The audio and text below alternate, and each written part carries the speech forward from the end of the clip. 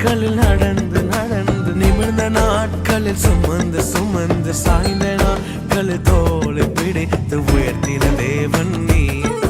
எனக்காக அல்லவா நீர் யுத்தம் செய்தி, என் பாவம் போக்கவா நீர் சிலுவையில் ஏறினி. எனக்காக அல்லவா நீர் யுத்தம் செய்தி,